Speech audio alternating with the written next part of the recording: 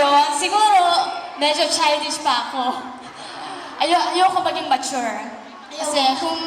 Kasi feeling ko pag mature na ako, matanda na ako. Kaya parang gusto ko lagi akong masaya.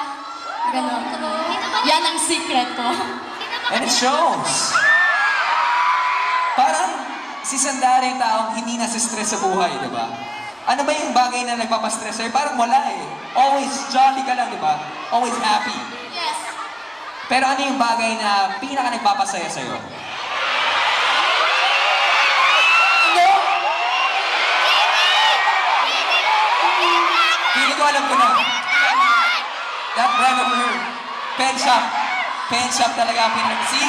Because of pen shop, she's forever young, forever youthful, and forever love na love natin siya. Oh, yung mga friends ko, yung mga masasarap na food. Oo.